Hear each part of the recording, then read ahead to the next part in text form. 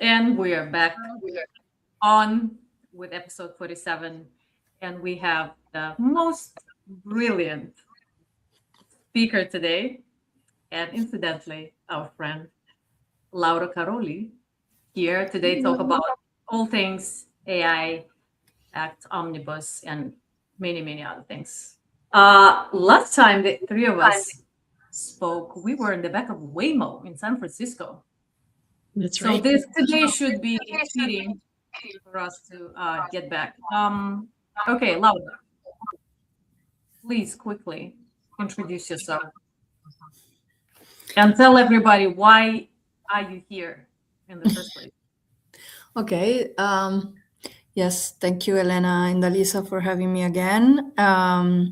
It's not my first rodeo with you, and I think you keep pestering me to be in this podcast because I was one of the negotiators of the UAI Act at the time, and then I spent 1 year in the US where we became besties across from New York to San Francisco.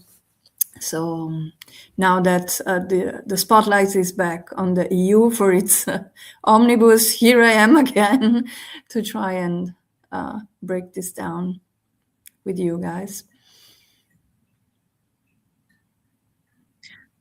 Yeah, exactly, Laura. Thank you so much for joining us today. And as Elena said last time, when you were here in California for the UC Law, San Francisco Law School Law and AI certificate program, and it was a lot of fun. And we did interrogate you from the inside of the Waymo, just asking you to give us some analysis on whether this particular system, the autonomous vehicle, how it would be categorized under the EUA Act.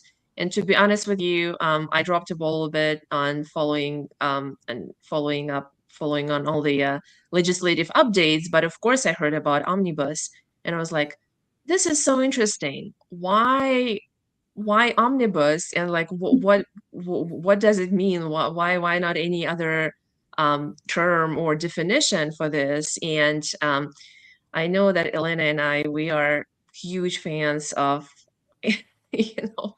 Studio Ghibli, and like the first image that came up in my mind was the cat bus, and just throwing a little bit of humor into this.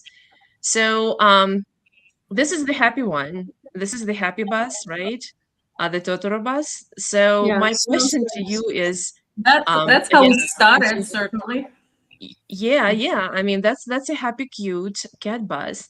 But I was wondering, as we progress into this discussion, whether you can tell us whether this is actually the omnibus. And that's how it's going.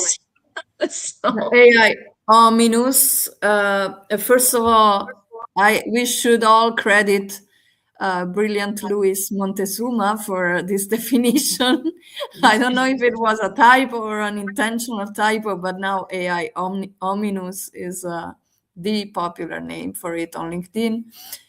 So I think it fits particularly well, especially this image depicts exactly what I thought after seeing a few of the amendments that were tabled today by the political groups in Parliament. I've seen some things that you humans cannot comprehend. So yeah, it can go very bad. Yeah, so I mean, I was wondering why omnibus, and what has really been leading to all of this, because there are a lot of discussions about EUA Act, like postponing some of the requirements, enforcement, and things like that. So I'm just gonna pass the baton to you and just let us explain what has been happening over the last few months on that arena. Yeah, sorry. Sometimes I take for granted that people down back there know what this thing is, but absolutely you don't have to. So the omnibus actually are two omnibus is These are proposals for the omnibus. Normally is a legal instrument used by the Commission to amend several pieces of legislation in one piece, basically. And right now, what we're talking about there are several initiatives of this sort. There was one on sustainability, etc., that started already 1 year ago, and there will be more to come, and there are others in place. But this in particular, we're talking about two omnibuses. One on data that would put together GDPR, e-privacy, cybersecurity, Data Act, Data Governance Act, free flow of non-personal data, everything amended in one piece. And one, which is the one we're talking about today, only to amend the AI Act. In the intention of the Commission to try and simplify it, and by proposing both of them at the same time, they are trying to streamline compliance for companies operating in the digital sphere with AI, with data, with cybersecurity requirements, so that they can finally have a smoother way to comply with clear obligations, because there have been claims in the past few years that compliance has become very rocky, a lot of conflicting requirements or duplications. This is something we also talked about at length during the AI Act negotiations. There were already then some concerns about this, and we tried already to overcome some of those by making sure that, for example, when you have very similar requirements in another regulation that you have to comply with, say a medical device that has an AI component in it has to comply with both of the medical devices regulation and the AI Act. They both have the obligation to have a quality management system within your company, which is a strategy for compliance, which makes sure that everything is well sorted out.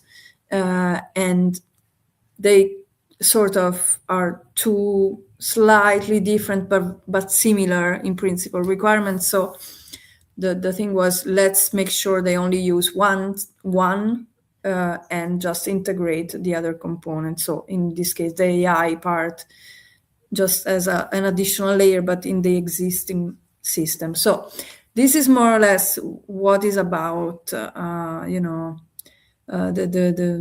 the concerns of industry and the problems with several obligations. Then we can also, for example, mention GDPR and how it overlaps sometimes or conflicts sometimes in somebody's opinion with the AI Act, or the DSA, the Digital Services Act. Sometimes platforms, so online intermediaries, need also to comply with the AI Act because they also have AI-based recommender systems, for example. So how does it work? Is it streamlined? So this proposal is meant to address all of these at the same time. Okay, can we just take a step back and hear your opinion on why the omnibus at all? Like, what's specifically, did something happen? Did someone was late? As everything kind of, it's been the AI Act and everything around it kind of has been played with this, the general purpose code of practice and, other things. Things have been late consistently, and something was due to be published in April of this year, if I am not mistaken. Some standards. Yes. Yes, and I'm kind of trying to put it very diplomatically. Some standards were supposed to be published, but they were not, and also the member states were very slow. That's the official version. Oh, that's really what happened. Member states were slow in dedicating national authorities in order to host the AI Act. What's the why behind the AI omnibus? That's my question. So one of the whys is what I was mentioning before. So the risk of duplication. So the fact that industry was very concerned about this new piece of legislation without clear indications, guidelines, etc. And they said they needed more time. One argument that they used was that the standards weren't ready. Standards are basically a set of operational protocols and ways of doing things that are negotiated by industry in specific standardization bodies that come up with common rules that work in every industry or for a specific sector, but in this case, horizontally for AI providers.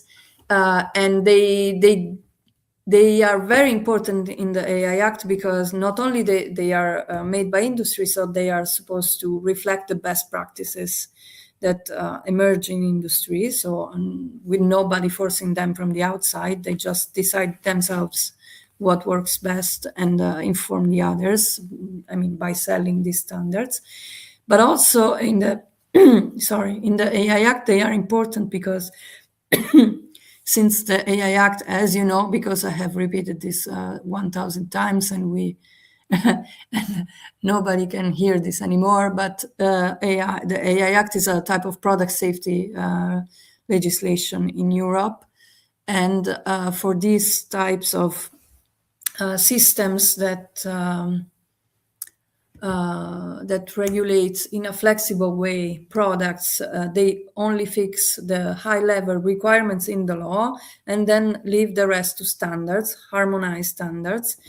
And if you use a standard as a company, you buy one of these sets of protocols, etc. You buy them, you implement them internally, then you are presumed to be in conformity with the AI Act. So it's a very, very important document that gives you a legal assurance that you're doing things right, that your product is compliant, it's on the market safely, and nobody can tell you anything to the contrary. So these standards were supposed to be ready in April. Making a standard is complicated. It takes longer even than drafting legislation because, again, you need practices in industry to be mature enough for a standard to be approved as they do by consensus so that nobody can oppose that practice because it's really the best there is, the way of doing things. And so because they were late, companies are saying without the standards, we cannot comply. So first of all, indeed, the standards might be ready by the end of this year, so 2026, I hear. The thing is that, standards are very important, so the fact that they are late is concerning, and I can agree with companies that this is a problem. But at the same time, they are not legally mandatory for the AI Act to apply. So they are not a needed tool in the AI Act and not a needed implementation phase of the AI Act. It's not like that. What is needed instead is the fact that the enforcement structures by the member states need to be in place on time. So, for example, member states had the obligation to appoint their enforcement authorities by last summer, and they haven't. Only a few of them have. Ireland is working on this now, Germany too. Spain has already done its job. Every member state is doing its own thing, basically, and this is requiring more time than foreseen. So, of course, this is actually important for the AI Act to be implementable, because otherwise, who checks whether the systems are compliant? So, okay, there are reasons enough to say we need to stop the clock. Indeed, Elisa, as you put in the slide, we need to take a step back and take a bit more time for these rules to be applicable. So instead of August 2026 which is in a few months, which is the normal date when the bulk of the obligations in the AI Act would start to apply. The Commission's main thing in the omnibus is about postponing this deadline to actually December 2027 for systems that affect fundamental rights, and for August 2028 for systems that are just in regulated products, such as, again, medical devices, toys, lifts, connected devices, etc. So there is this big timeline issue that is the most important one. But of course, the Commission put there some other proposals for modification that touch upon sometimes very technical aspects that are welcome, straightforward, okay, no problem, and others that are actually quite sensitive and quite political. And they presented them as not touching upon fundamental rights, not touching upon political elements, just being very technical, but it's not true. I'm sorry. So I really reject that framing by the Commission, because we are touching upon very, very sensitive issues, such as, for example, the very narrow possibility to use sensitive personal data to detect and mitigate bias. In the AI Act, it was narrow. Now they are broadening it a lot, allowing every AI system provider to go for it, which normally is not allowed by GDPR, but they are also amending GDPR in a way that would substantially water down the personal data protection rules in Europe, but that's a different story. And we are here only to talk about the AI Omnibus, if possible, because I'm not an expert in the other one as much as I would like to. But still, we do see a big danger there. And this is just one. I can name others if you want. Why do you think there is that is? By that I mean, of course, that you just mentioned. So it's being presented as just some technical amendments here and there, sort of nothing to worry about. It's very technical. We'll just go through it and be done with it. But on the face of it, as you mentioned in your Substack analysis and your other conversations on the topic as well, does it have to do with some big tech companies, maybe, probably, possibly lobbying all the way through during the AI negotiation, as well as, you know, the years that it's been rolled out? Because as we all know, it's been still rolled out. It's not completely enforced. It's been enforced in some parts, and it's just still ongoing. It's not even implemented 100% yet. And here we see some efforts to simplify, to stop the clock, to do some other things.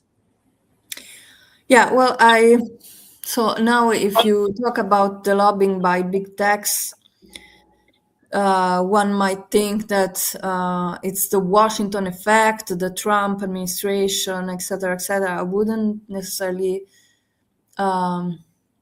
frame it like it comes from the US. It comes also from big tech companies, because of course they have a presence in Brussels, they have to comply with the rules. But I would be cautious in completely relating these proposals to them, because of course they are active in the process, they lobby, we've seen their amendments, some of them are crazy, but I mean, they are not the only problem. And plus they will not, if they would have to comply with normal rules, they would be able to, they know very well. And plus the strongest rules that would apply to them are the ones that are in the chapter on models. So general purpose AI models, and so the whole code of practice area in chapter of the AI Act would apply to them the most, and they they just accepted the code of practice. Many of them signed the code of practice. So that part is more or less safe for now, at least. It's safe. It's not the one under attack, but the part under attack is actually the part that would see a much higher impact on European companies. High-risk AI systems would be, in many cases, coming from European companies, in many cases, small companies, because Europe is 98% made of SMEs. So these are the ones that are really steering the pot. Of course, big techs pile in this discourse because it's also beneficial for them. But in the end, who bears the whole burden, most of the burden, and so they are the real actors to watch are the European trade associations, for example, who have been very vocal in demanding very extensive deregulation measures. Let's say, let's keep it simple.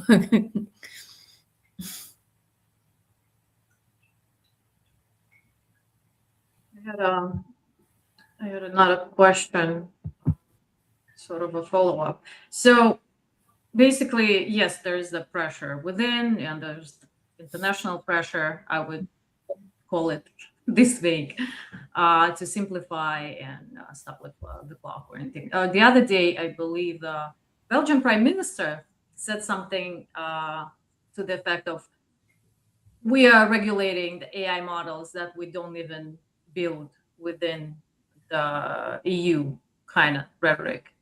So it's pretty much, to me, looks like everyone is trying to, given the stance of the US in the past year or so with the trade tariffs and stuff like that, other countries are trying to ramp up their AI initiatives and AI sovereignty and all those things. And to that effect, this may be their way of saying, okay, we need something simpler. We need something, just something that can work for everyone. We need to catch up. We need to work on our own models. We need to start developing our own stuff, be more independent of the US, et cetera, et cetera, et cetera. Is that plausible to you?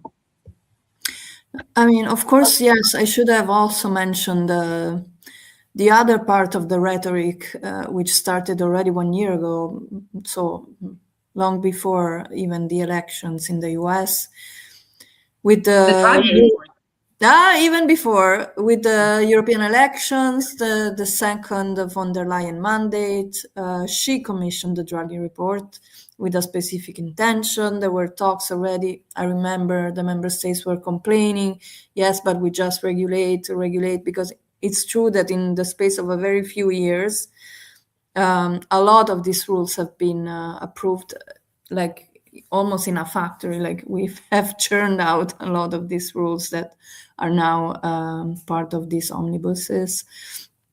So even the member states were saying, let's now stop, take a step back and just focus on implementing these rules and just focus now on our competitiveness. So the von der Leyen, when she started the new mandate, she commissioned this Draghi report. She actually commissioned two, the other one also to an Italian. It's crazy that from an outsider to see two Italians tasked with such important documents. Anyway, so Draghi, very well respected economist in Europe, former governor of the central bank and savior of the euro. I mean, everybody reveres him as a big authority.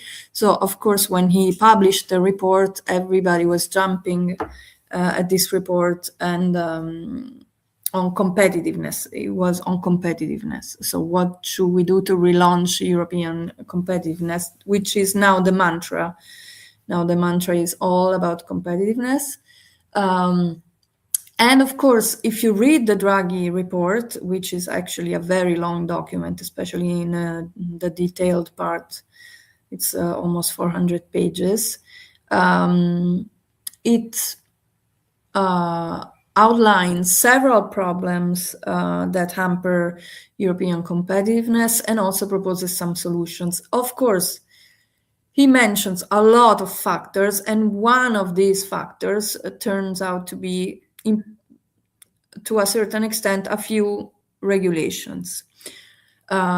Namely, he singles out the AI Act and GDPR. The AI Act at that time was not even had just entered into force. So, and if you read what he says in the report, it's pretty clear that he only knows part of the AI Act. He doesn't he refers, for example, to the part on models on which Europe, also to answer to your question more specifically, we can never be like OpenAI and go towards AGI.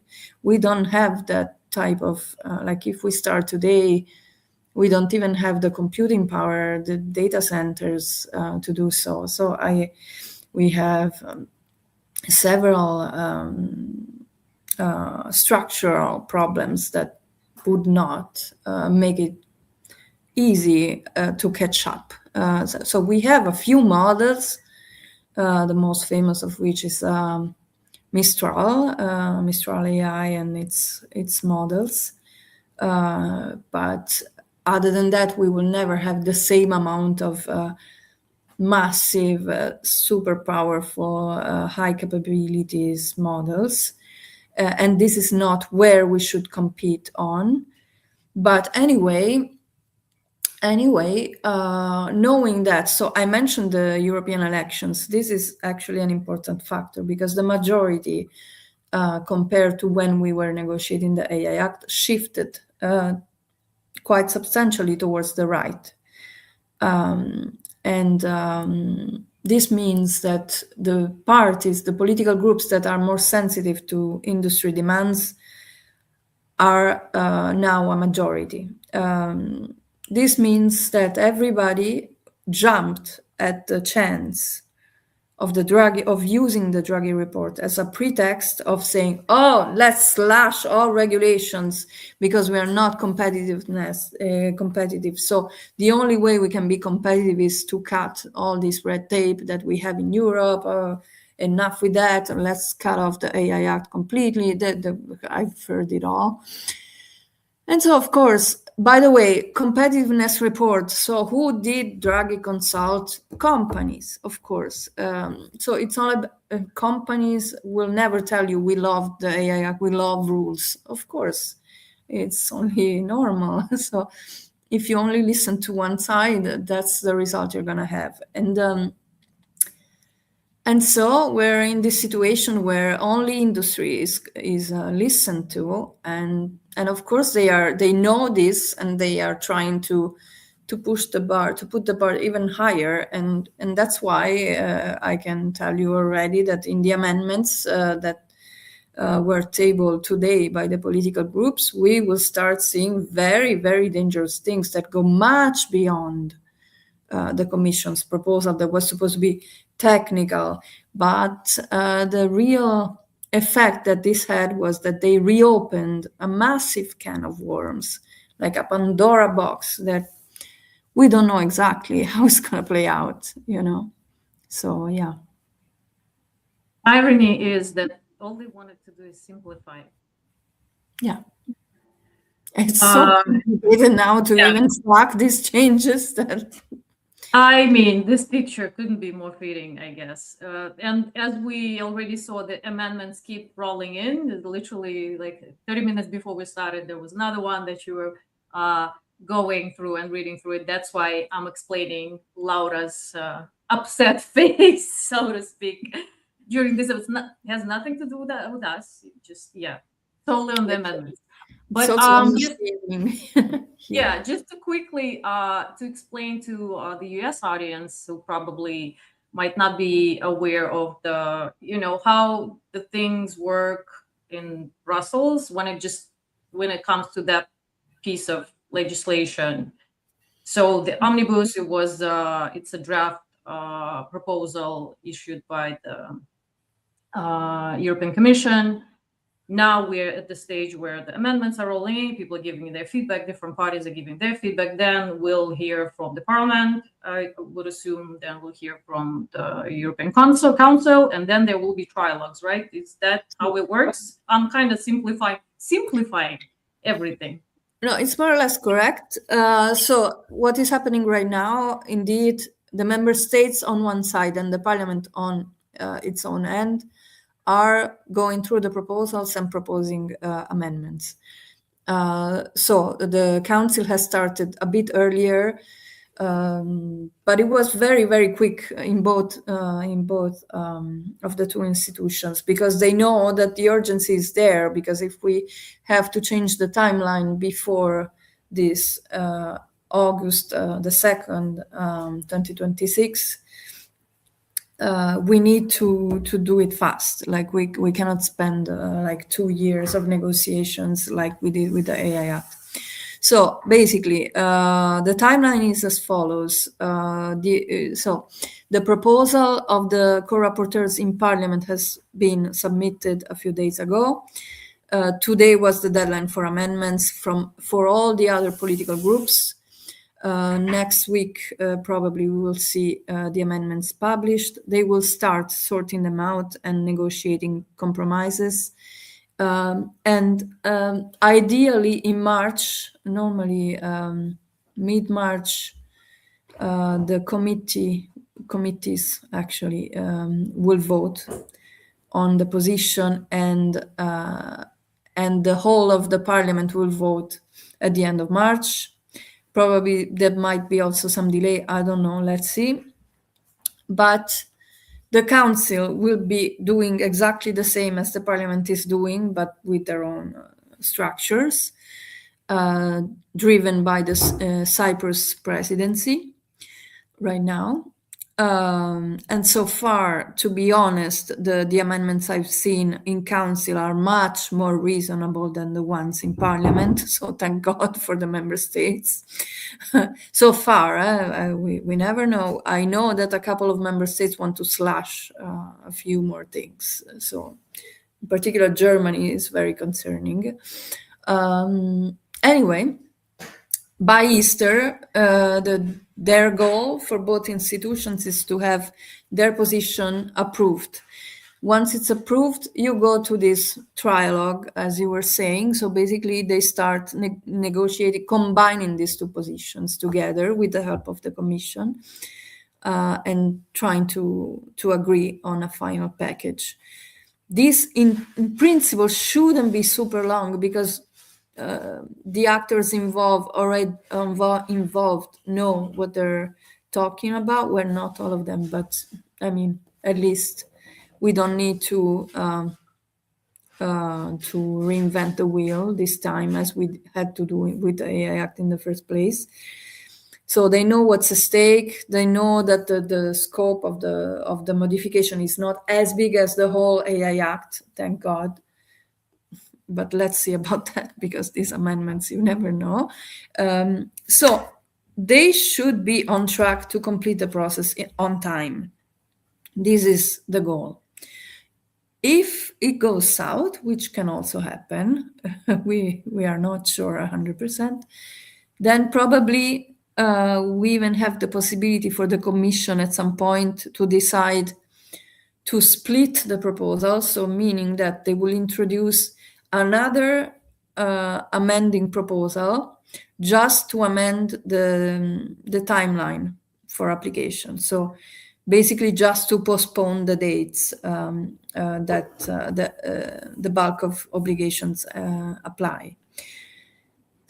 And this would be with a very fast-tracked procedure. It can be approved in a few weeks. So it's called a quick fix. So it's very, very quick. So if they do this, then the rest can drag on for months and months. We won't care as much at that time, because if you secure the postponement, and even industry will not be concerned because they know they have more time. But even there, I don't know.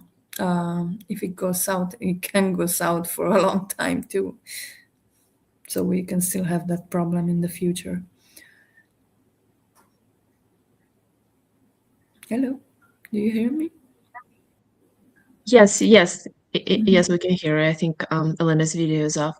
Yeah, this is all very interesting. It's just basically like so we have two aspects of this. One, I would call it like substantive proposals to amend, and then this like procedure, almost like procedural aspect of let's just postpone the obligations that are already there, the provisions that are already there, let's just postpone them, give companies the time to adjust, comply, whatever, adjust their processes, whatever they need to do, things like that. So yeah, as you were saying, I mean, we'll see how that's gonna. So I also had a question about the parliament calendar, if you can like comment on that. So how much time do they have when they go on like summer break, or when are they in session?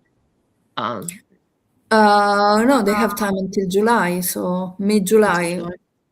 Mhm. They Okay. are almost always in session. So Mhm. it's not Yeah. like in the Yeah, US. that's interesting. Yeah, the reason why I'm asking is because in the US, like during the summer, I mean, there's certain periods of time where nothing is happening, and like Mm.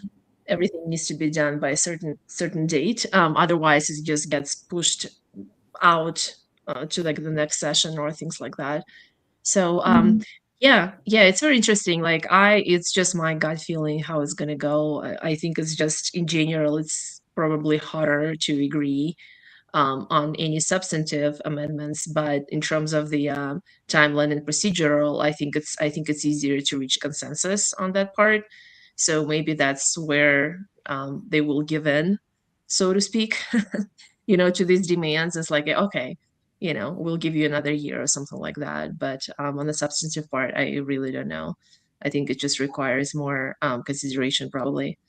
So It would be a lot of trading at some point. Like the right will ask very blunt, industry-friendly measures, and the left, I'm fearing that they will focus on one specific issue and bet everything on obtaining that, which is the ban on notification apps. mm. So if you want, we can also talk about that. Oh, absolutely. I think this is something that hits really close to home to so many people, and kids too. It's something that just the general public is really concerned about. It's not some like esoteric, um, legal issues being discussed. It's something that's very, very relevant to so many people. Yeah, no, absolutely. And in principle, it's fair. It's only normal that people care so much about this. And I've written a piece on this to explain more or less how it, because when the scandal of Grok allowing the notification of images and which led to the diffusion of so many images and so many problems for women's dignity and for children protection, etc. So it was really felt by the public, but also by policymakers. So it's really something they deeply care about, and they want to do something about it. And mind you, not only members of parliament, but also some governments in Europe want to ban these practices in the AI Act. So now the thing is that, first of all, this type of use of Grok is not necessarily completely allowed because, first of all, you have the Digital Services Act in Europe that allows obliges platforms to take down illegal content. So in the US, you have approved a few months ago the Take It Down Act, which is more or less a very small fraction of the Digital Services Act, in a way. But it's also interesting because it also includes individual criminal liability, which is a different animal in Europe.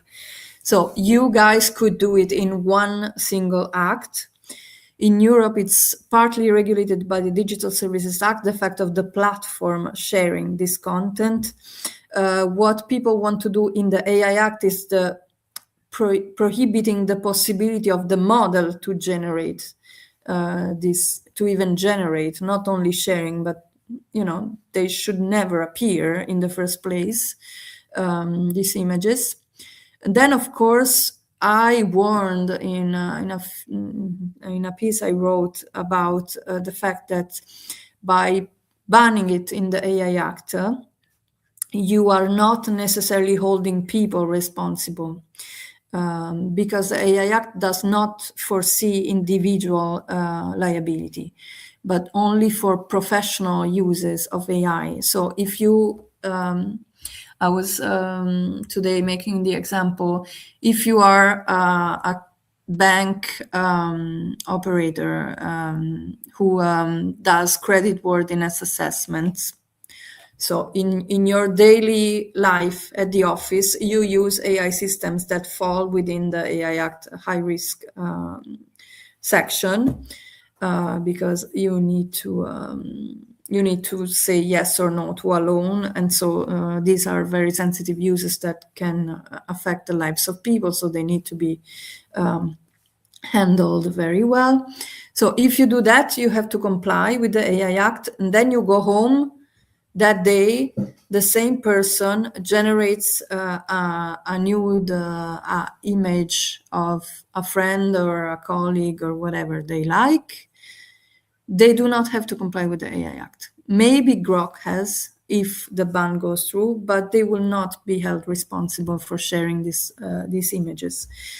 Unless you change the system of the AI Act and introduce individual responsibility, which is very tricky, because by doing so, you open the door to a whole level of unintended consequences. Like, for example, students who use generative AI for their homework can be held responsible, or old people who just play with deep fakes of politicians, they can be held responsible, So it's very tricky. At the same time, in Europe, we also have some criminal laws that in the member states tackle this problem, and they are coordinated by the directive on violence against women that foresees the prohibition of a criminal liability for this type of diffusion of images. And now the problem there is that I am not sure if it applies already, because you need to transpose it in every single member state's legislation, unlike the AI Act, which just applies for everybody, for every member state. When it comes to criminal liability, it's not as easy as in the US to put it together in the Take It Down Act. In Europe, we need to go through a directive, and then each member state will decide more or less how to implement it at home. So it's a tricky issue. There is also one more element to that, which is hidden in the code of practice. So Grok is a model, and it's a very powerful model. So it's a model with systemic risk. It has to comply with a few obligations, and Grok, so XAI signed the code of practice, that chapter of the code of practice for models with systemic risk, which requires specific risk assessments and mitigations, model evaluation, cybersecurity measures, etc., and incident reporting in a very detailed way in the code of practice. And within the risk assessment section, you will find that a non-consensual intimate imagery are among the risky practices, the risks to be identified by the model provider that then need to be mitigated against. So, of course, if XAI knows that its own model Grok can produce these images, it should do something at the root itself to mitigate this possibility, because this possibility is harmful to women. I mean, we don't have to even to go into evidence on this. It should be straightforward. Now, the problem is also that because XAI again signed the code of practice, the AI office at the time said, we will give you 1 year to implement this code of practice because we think you are in good faith, you are cooperating, so fair enough, you implement these measures. So still for a few months, they won't be able to do anything about it. And of course, this is not right for member states and for members of parliament. So they want to do something now. And they have the opportunity to amend the AI Act now. So they are proposing to introduce this new ban. Now, it's going to be very tricky because they are going to spend a lot of time discussing about the exact words to put in the ban, and this will take out time for analyzing the rest, which is just as tricky. So that's why I'm a bit concerned about this.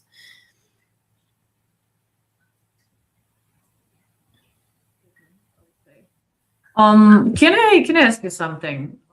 In your view, what has been, and you're talking to people in Brussels, and you have a lot of connections from your time when you were working in the EU Parliament. And I believe there are people like that. I'm not even talking about the US, but for US listeners, it's going to be useful as well. What are the biggest misconceptions people have about the AI omnibus right now, in your view? Like, what do people get basically wrong? And I'm not talking even about lay people, just like people who are, who claim they understand what's that about, but when you hear what they say, you understand that that's not the case. First of all, we can talk, if you want, about the misconceptions people have about the Let's AI. do another hour. Sorry? Let's do 1 more hour. Oh my God. You don't get me off the hook. So I was saying that, first of all, you would need to also to talk about the misconceptions people have of the AI Act itself, not of the omnibus. But if we want to limit ourselves just to the omnibus, it also depends whom you talk to.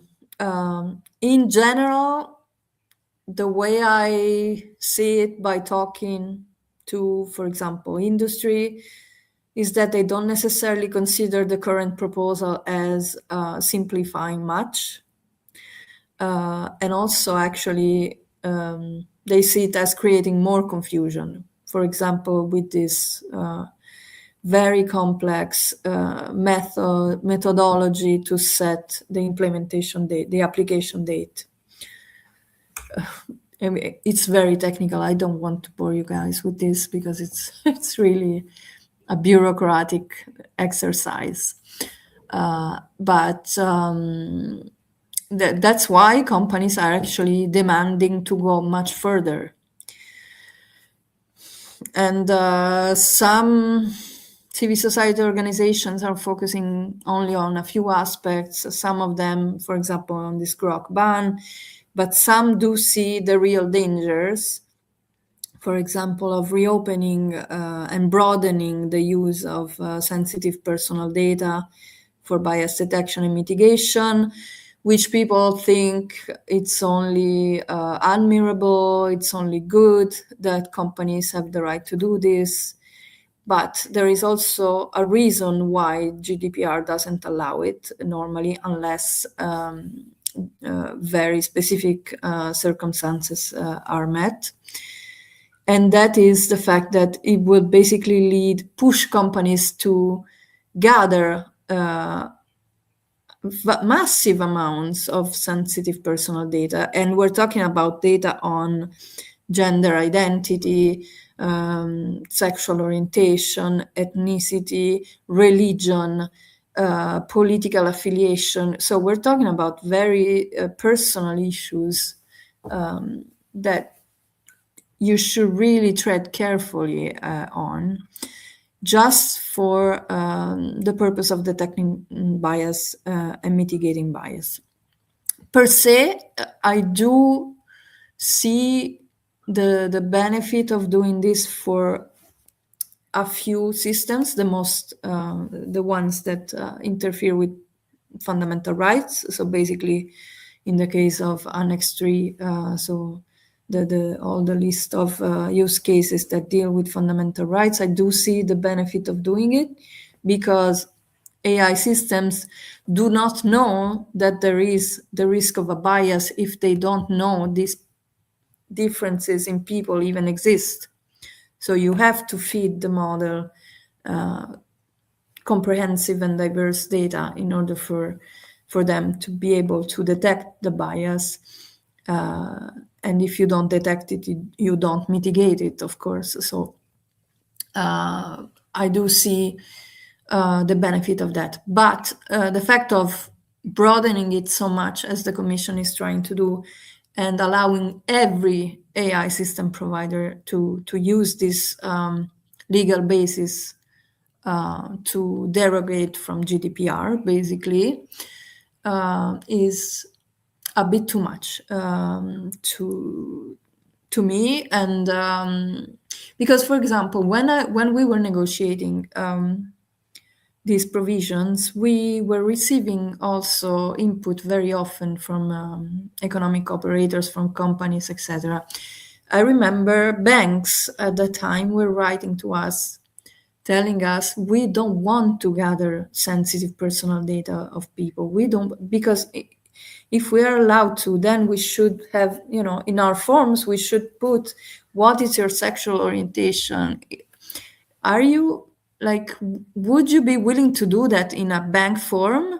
I'm not sure, to be honest, because you'd be wondering, why are you asking me this, Exactly. What's the it has no relevance whatsoever. Yeah, exactly. Including also religious affiliations or ethnicity or anything like that. It doesn't, I mean, I could think that people could make an argument in favor of your gender, but again, it's also questionable, right? I mean, I could think of arguments why, but for all the other ones, it would be a hard sell. Why do you care? Yeah, and plus, now we're not even talking about banks anymore. Now we're talking about makeup applications. Like any AI application can now do this, in the Commission's intention now with the Omnibus. And then there is also there are a couple of other sensitive points that are in the minds of civil society right now as we speak, and they will put a lot of efforts into trying to salvage what they can on this. One is the fact that the Commission wants to delete the obligation for AI system providers that operate in high-risk use cases but are not considered high risk because they do very menial activities, tasks. Then they want to, so normally they should register in a section that is just there for authorities to check, just to trace, that everything is correct, that you didn't just use this pretext that I'm not high risk to circumvent the whole regulation. So in case there are problems, they know where to find the list. So you should register. But in a very simplified way, in a specific section, the Commission is deleting this possibility. And by deleting this possibility, they are deleting the possibility to trace problems, to trace non-compliant companies. They are basically creating the incentive for companies not to register and not to comply with the AI Act, because nobody will ever trace them, even if they are high risk. So I really think this is the most dangerous loophole they are introducing. At least the Commission. Now you will see the Parliament will introduce many others. Brace yourselves. And I really think we should counter this with all the weight we can, because the fact of making it possible for these companies that are not really high risk to escape the obligations of the AI Act is there because we allowed it, because we negotiators understood that even in those use cases, some applications are not really that high risk. So we could already make a difference. And the Commission at the beginning didn't. So if you are in this use case, you are high risk. You comply, full stop. No, the final text says, allows for these companies not to comply, because we do understand. But as long as you just register, this is the only thing you have to do. Even the Commission itself in the Omnibus estimated the cost of compliance with this specific obligation in around $100. So I don't think that $100 are gonna make or break a company, to be honest. And this is not a simplification. If you just need to spend this $100, you need much else to simplify the regulation. But still, you are creating such a big loophole in the act that I really don't see how this can be seen positively. I think it's time to resurrect AI liability directive at this point. Oh wow! Well, it should be worth a shot. It was just killed a few months ago. I know, but literally, with the way things are going, yeah. Might as well. First of all, let's specify for the US audience, because I've read very wrong conceptions around the fact that the EU does not regulate AI liability. So it's not entirely true. AI liability is already sort of tackled by the Product Liability Directive that has been now amended to also include software, which was something we needed to do for ages. So it was finally done. So it also applies to a certain extent to AI. The fact of having a specific directive, that was the AI Liability Directive, the one that was killed, was also to allow for a shift in the burden of proof.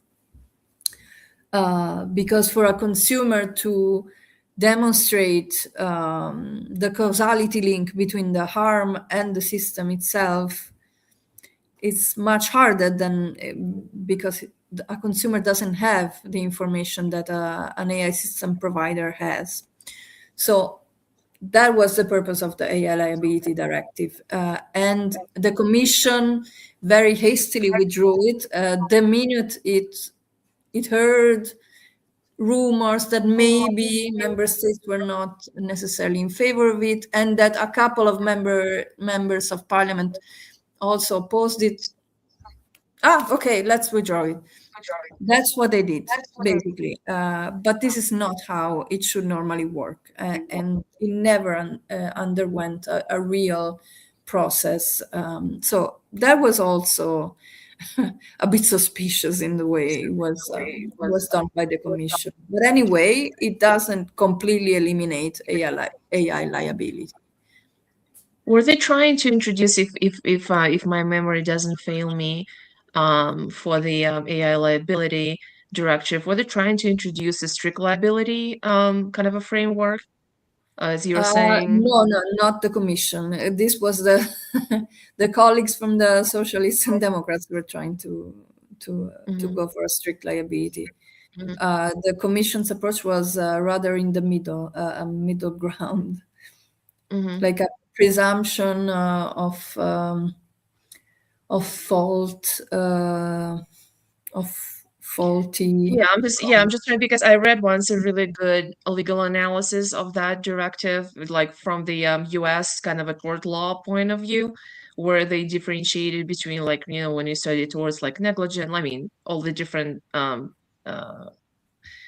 of a torts and liability frameworks. So because in the US we have certain wrongs where you're strictly liable just because you've done something, right? So no one has to, like, there is no, as you were saying, the burden. I mean, consumers are not burdened with that kind of and in this, may I say that people who say in the US that Europe regulates everything and AI is not regulated in the US, well, it's simply wrong, because in Europe we don't have that punitive damages thing that you guys have in the US. Liability is much more complicated in the EU. You don't go to court every single day against someone and get 1 million in damage and compensation. That's not how it works in Europe. Because legal system is completely different. And that's why we regulate, because at least we don't go to court. I was going to say, in the US we have the AI Lead Act, as we all remember. It was rolled out. It's not. It was proposed. So the AI systems should be liable for injuries caused to users, etc., etc. But what I also wanted to say, just quickly add to this US innovates, EU regulates debate. How ironic would it be that, given the fact that, and you, Laura, know it more than anyone because you've been working in the US for the last year as well, working with those types of state AI legislation proposals also. A number of them borrowed heavily from the AI Act itself, as we all know, the Colorado AI Act, New York's RAISE Act. Some of them literally copy-paste like chunks of it when it comes to some language. How ironic would it be that a few of them are already the law of the state? So the AI Act itself would be simplified to the point that it's kind of like the source they borrowed from, so to speak, right, will not be relevant anymore. And the states will be, kind of, it's funny to me. Yes. Yeah, it would be funny if it were true, but it's not. First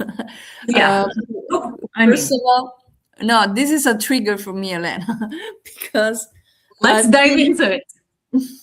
So, as you know, indeed, you mentioned yourself, I was digging in a bit into US state bills, in particular with two types of bills. So the algorithmic discrimination bills, such as the Colorado AI Act, but also others like Connecticut, New York, New Mexico, some frameworks, the Virginia one that was vetoed, etc., and the frontier AI ones, such as California SB 53 or RAISE in New York.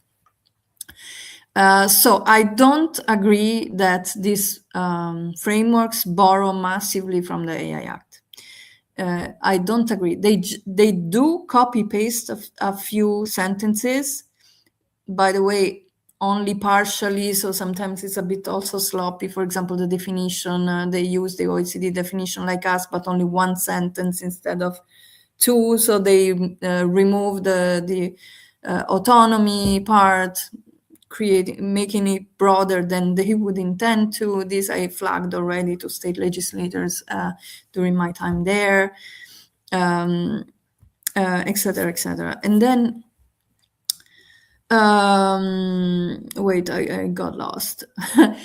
But so, and they have similar concepts along the way, such as substantial modification, for example. They have a few like they copy paste even some of these conditions for a high risk AI system not to be high risk. They copy sometimes 2 of our 4, sometimes all 4 of those. Okay, sometimes some even mention a legal presumption of conformity with the standards.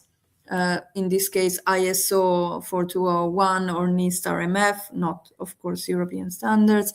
So there are similarities in concepts, but the type of the scope and the burden is very different, actually. The number of high-risk use cases pales in comparison to the AI Act.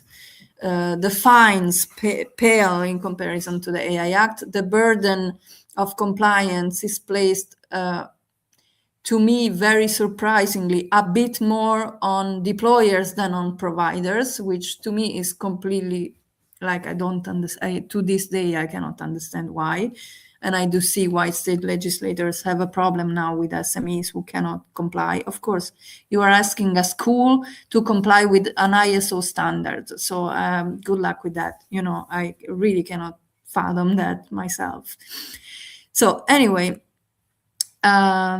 so this is to reestablish a bit the truth.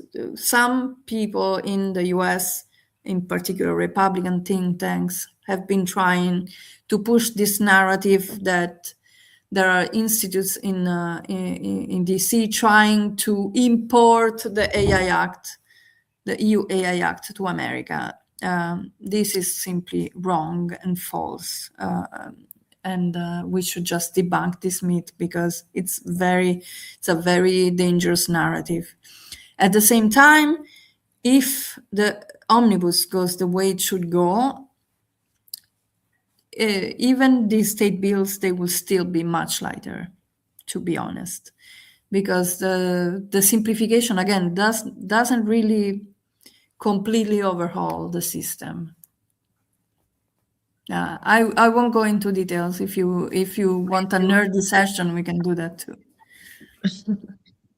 Yeah, we've had you for more than an hour, and it's getting late in Europe.